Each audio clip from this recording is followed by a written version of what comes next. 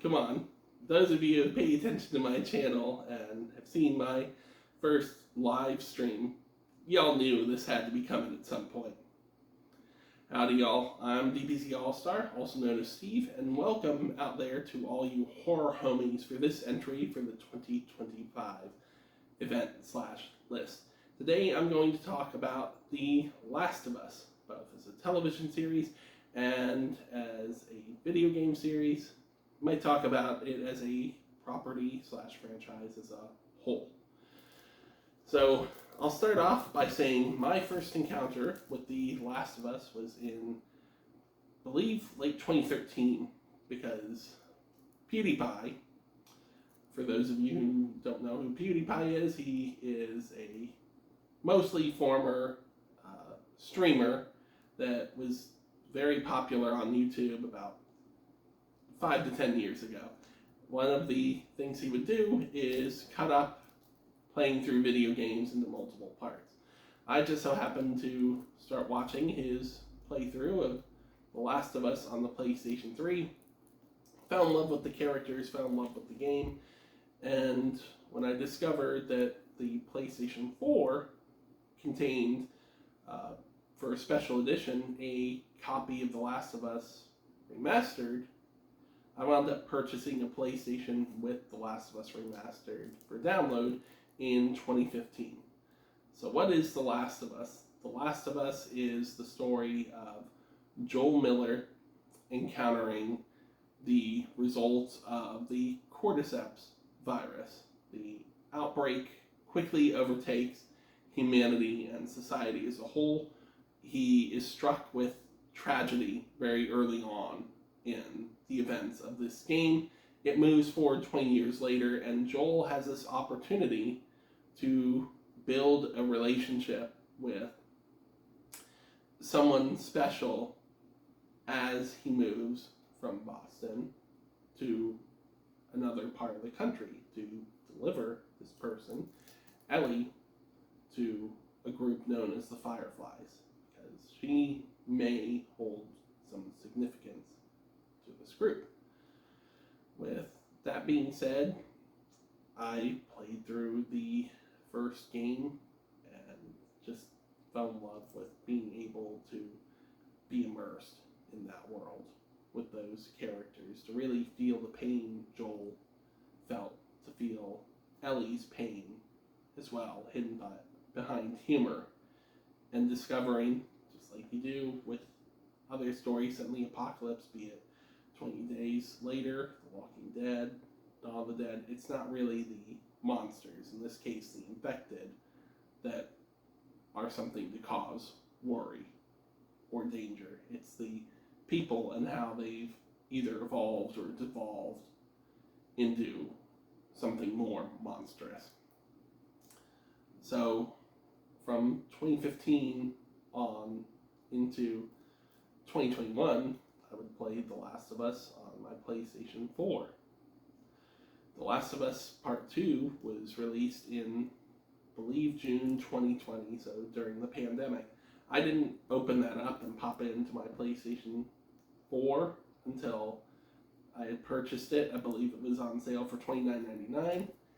And the first time I played through it, I was kind of shook. I didn't know how to feel about it, because the focus should be on Joel, right? Well, it kind of has a shift. I won't go into deep spoilers, but for the most part, throughout that game, you play as Ellie, and then you play as another character who you're led to believe is the antagonist. Okay, why would you want to play as this character who causes a great tragedy to fall into Joel and Ellie's lives? Why would you want to do that?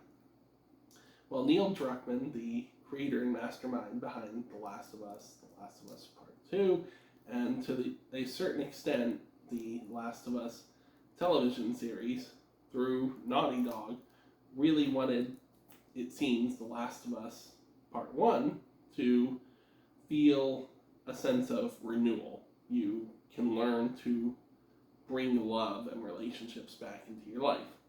Part 2 seems to be all about vengeance and revenge and how they can take away absolutely everything from you. everything you can think of. He can lose it all through vengeance. And you really start to feel that the more you play through the game and with each subsequent play. I can tell you since 2015, I've probably played through The Last of Us Remastered upwards of 20 times since October 2021. I'm at least 15 times for The Last of Us Part 2 or The Last of Us Part 2 Remastered. I haven't gotten bored. In February 2024, I finally got around to purchasing a PlayStation 5. By that point, for about 2 weeks, there had been a release of The Last of Us Part 2 that was The Last of Us Part 2 Remastered. It added updated graphics, accessibility, and a rogue-like playability called Return. It had me hooked all over again. So for the longest time, I would play The Last of Us Part 2 either through the story mode again, or I would play Return every day because it was a daily run scenario. That was just a year after The Last of Us Season 1 aired on HBO Max before it became Max and then switched back over to HBO Max. Craig Mazin, responsible for the miniseries Chernobyl, partnered with Neil Druckmann to make this television series. And of course, it being a television series, this first season only having 9 episodes, there are liberties taken with the material. There aren't as many infected, I'll warn you right off the bat. And there are some major differences in story. Yes, those can be seen as liberties, but there's a difference between what I feel are liberties, which can be small things, and outright changing parts of the story. Especially with episode 3, which hands down is one of the top television episodes of all time. It's just absolutely amazing. I won't spoil it here in case you have no idea what I'm talking about. The Last of Us Season 1 is great. I could complain about it due to the lack of infected, due to skipping over certain elements, but for a television series, I have to view it as 2 different things. To a certain extent, I'll get into that in a moment. But I have no complaints about The Last of Us Season 1, which can be streamed currently on HBO Max. It's on Blu-ray, it's on 4K, it's available in a Steelbook edition if you can track that down. There's so many special features available for it, including never before seen footage. The podcast is still running on YouTube, which involves Troy Baker, the voice of Joel in the video game. Joel's portrayed by Pedro Pascal in the television series. Pedro does a great job. I just kind of miss that Texas drawl. Sorry, Pedro. You do a great job. I just kind of miss that Texas drawl. But in, I believe, 2022, The Last of Us Part 1 was released as a remake for the PlayStation 5. I picked this up earlier this year, so 2025, because it dropped down to $25 through Walmart. I have not played through it yet. Did I really need another copy of The Last of Us Part 1? No, probably not, but the accessibility options are brilliant. Some of the new gameplay options are brilliant. I wish you could utilize dodge. I wish that you could crawl on the ground, but other than that, that's okay. What it's really about is bringing up to the level of graphic integrity that The Last of Us Part 2 and The Last of Us Part 2 Remastered give us, and that's what's most important. Moving on to The Last of Us Season 2. Don't have that home media. I probably will not be picking up that home media. I'll just stream it. I streamed it every week. A new episode was releasing earlier this year. I'll probably pick up the complete series set, even though I already own the first season separately, because Season 3 should be out in about a year and a half, maybe, if we're lucky.